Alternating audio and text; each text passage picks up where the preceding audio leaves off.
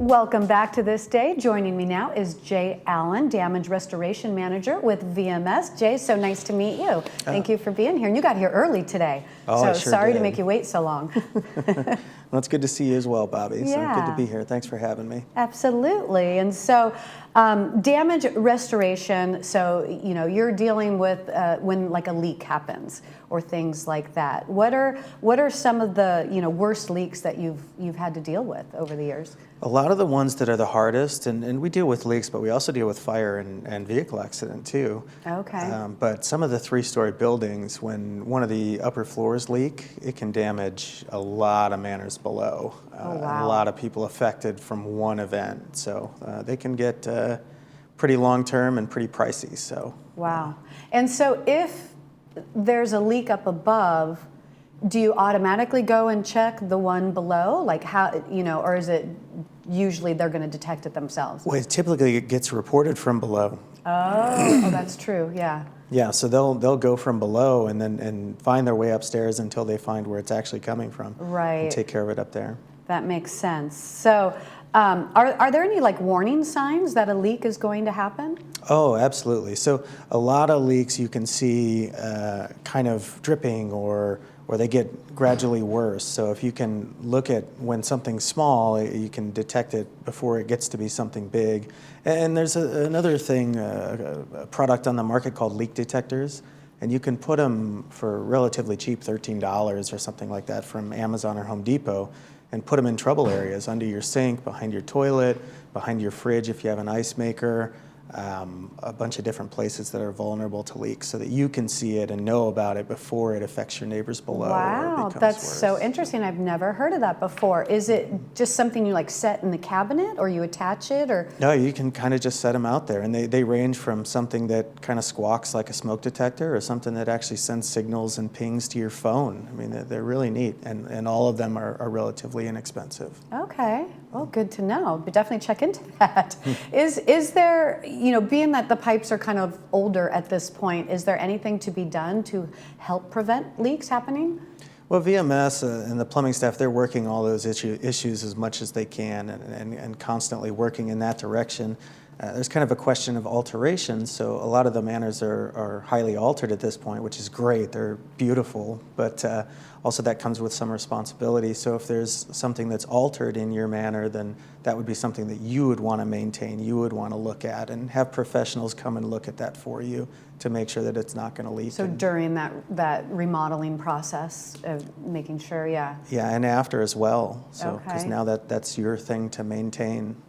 Yeah, I know in my house, the house was built in like '87. It's getting to that 30-year mark and or older, and so when we redid all our cabinets and our kitchen, and I was so worried, like, what if we keep having leaks? And now we just did all this work. Yeah. So when a leak is detected, what is the first thing residents should do? Call somebody. Okay. Call somebody immediately. Plumbing is typically going to go out first, and they'll secure that leak and then kind of move on from there. And that's what we're going to lead into here. Our vendors and our people will follow up afterwards and take care of everything for you. And that would be typically through resident services, or if it's after hours or on weekends, you'd want to let security know so that they could respond to that. And the quicker the better. Yeah. The quicker we can get into something, the better. And so, okay, so first off, let's go through this process then. So first off is, need to secure the leak. Mm-hmm. So it says secure the leak, not repair the leak, because they're a bit different. If it's something that's VMS responsibility or United/Third's responsibility, we're going to come in and actually repair that thing and get it to where it needs to be. But again, if we're into those alterations, that's something that you may be able to have us come in for as a chargeable service, but it's your thing. So you can have another plumber, another vendor, another expert, your brother, whoever, to come and fix that because it's your property. So in those cases, we would simply secure it so it's not creating any more damage, and then allow you to go in and fix it at your leisure with whoever you wanted to fix it with. Okay. And then the next process is then to do the dry down. Yep, so dry down is very important. That could include removals, it could include a lot of other things, but the quicker that we respond to that, the better. It's not getting any worse. It's not turning into, mold or any of the other things that we don't like to talk about, but the quicker we can get there, the better. They may remove some of that material if it needs to. They may have some of those noisy fans and dehumidifiers that everybody I know loves. that's the worst, when the floor's all wet and everything, and then you got those fans in there for days, weeks to dry it all down. Yeah. And that's on a much bigger leak. This picture here showed kind of like something at the back of a closet. Mm-hmm. I would imagine that would maybe had been going on for a while before it was detected. Can't say I go in the back of my closet. No, that's one that gets missed a lot. Another one is under sinks. So typically under kitchen sinks, people have a lot of chemicals or products or some other thing under there, and you may not notice that for a while either. Yeah. So another good reason the leak detectors come in. My mom recently, she had a leak. It was coming from the osmosis water. Drinking thing. It was leaking underneath the sink, and she didn't know it, and she had a cough that just kept coming back again and again, and finally the doctor's like, we can't keep putting you on antibiotics. We're going to have to do something else if it keeps coming back. Come to find out, the water was creating like mold, I guess, which was causing her to cough. So fortunately we finally got that figured out for her house. Glad you got it figured out. That wasn't here in the village. That was at her. She lives in Huntington Beach. But that's good. I was starting to worry. So after the dry down, next is testing and securing clearances. Well, so it could be.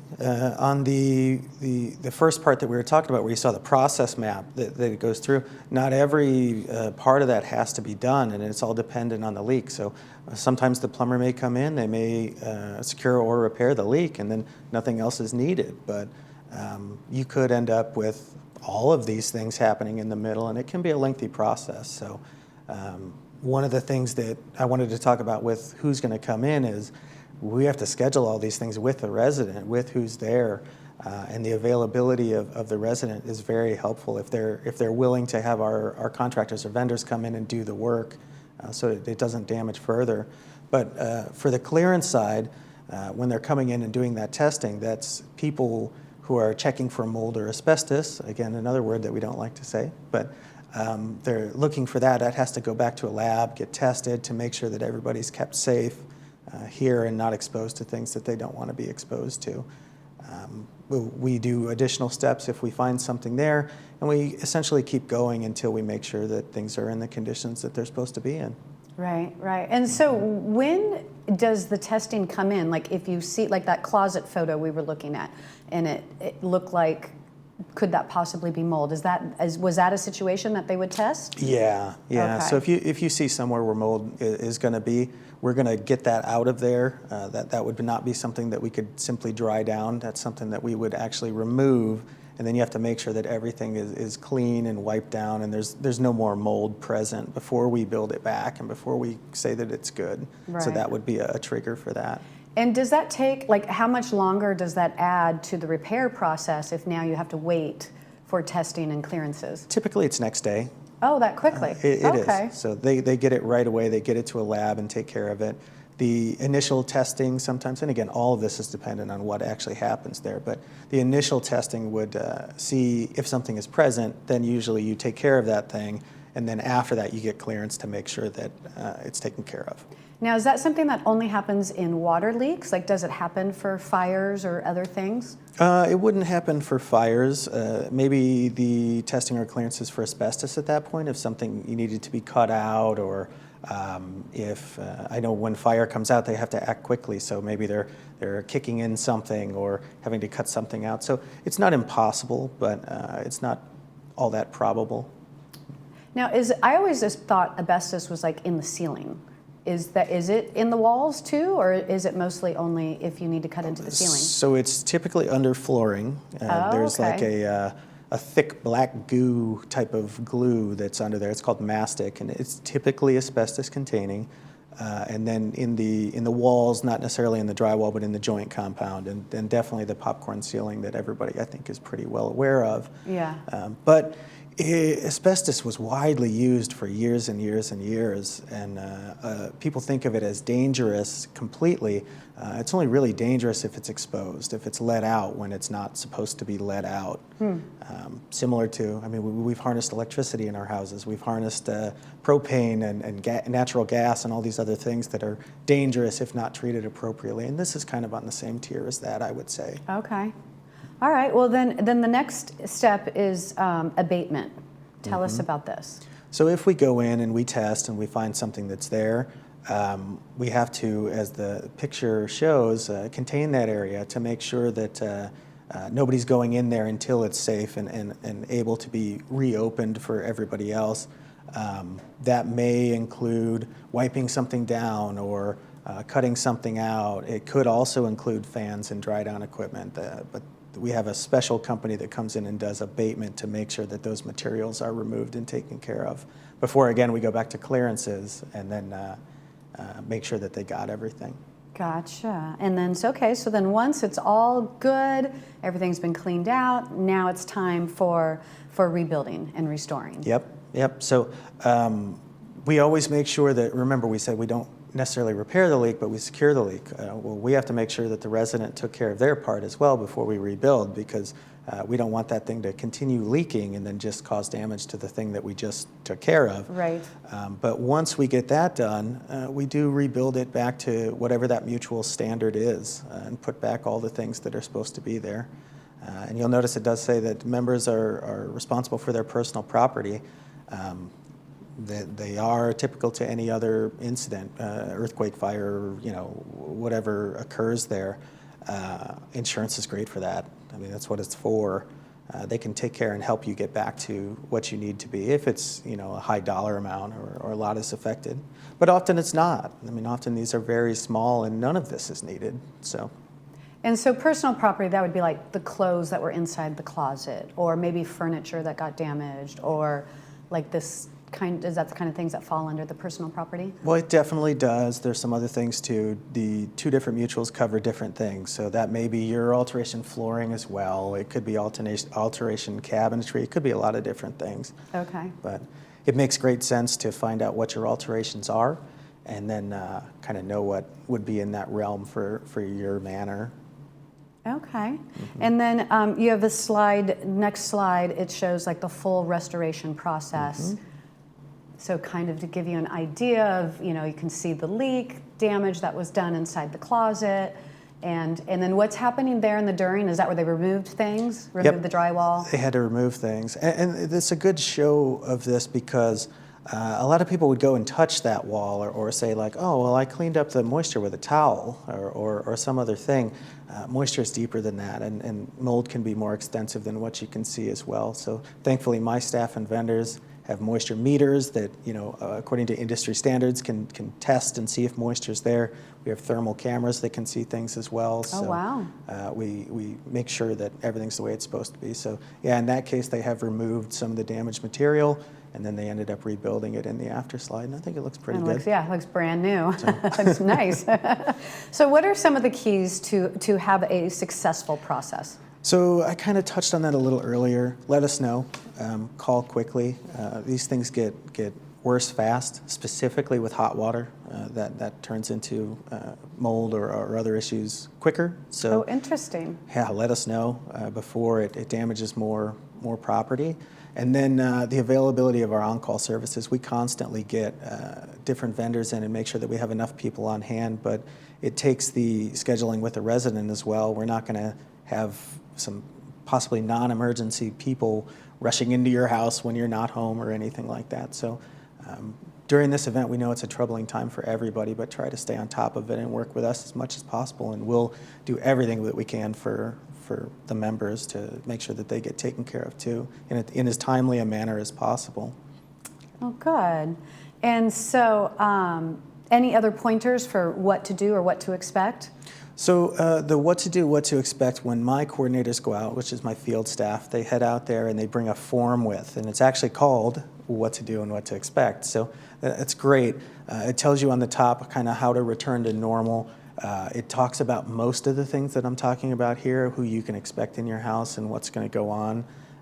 There's a part about needing to vacate if the damage is so severe that it wouldn't be safe or good for you to stay in your manor. It talks about that. And it definitely talks about insurance. Insurance is a big thing.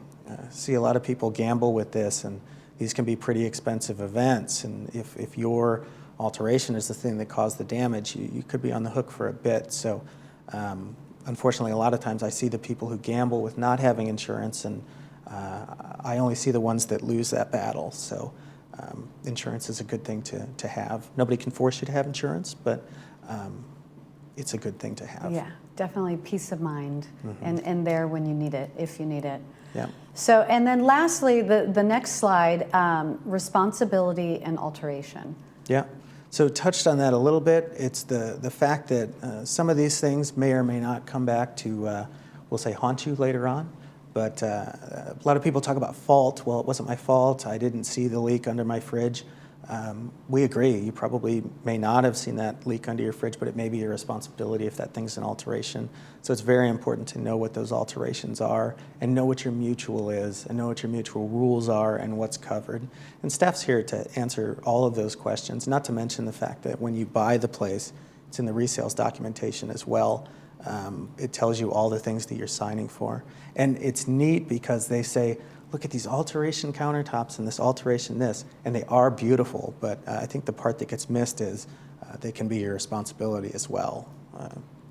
So if it was like original cabinetry, then it's not their responsibility, then that would be the mutual's responsibility? Depends on the mutual. Okay. It depends on the mutual. So what are the most, or do you know, like what are the most contentious ones that the owners are like, well, I thought this was covered, and you're like, no, it says in your thing that this was not covered? It's often. There's not one particular issue that I could point to, because I hear it quite often that just people move in and they may not have done the alteration themselves, and in most cases they have not. Someone else has done that for them, and they've inherited that through the resales process, and there are forms they sign for that, and they're just unaware, and it's unfortunate that they don't know that in advance, and we try to spread awareness as much as possible to look after those things, because I know I would be super frustrated if I had something that I thought was beautiful and moved right into it, and then somebody said, oh, well, actually, this is yours. And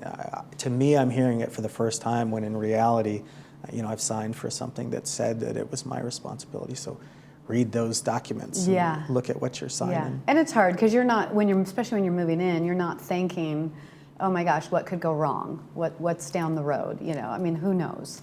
Oh, and it's in a big stack of papers among the other right. several things that you have to sign and look at and read. So we understand the frustration. Yeah. Well, thank you so much for being here today and educating us and letting us know that we need to go back through and look at what we signed. Yeah, and thanks for having me, and we're here to help, so give us a call, let us know. All right. Well, thank you, Jay. It's nice to meet you. Stay with us because we have this weekend's movies, announcements, and weather coming up right after this.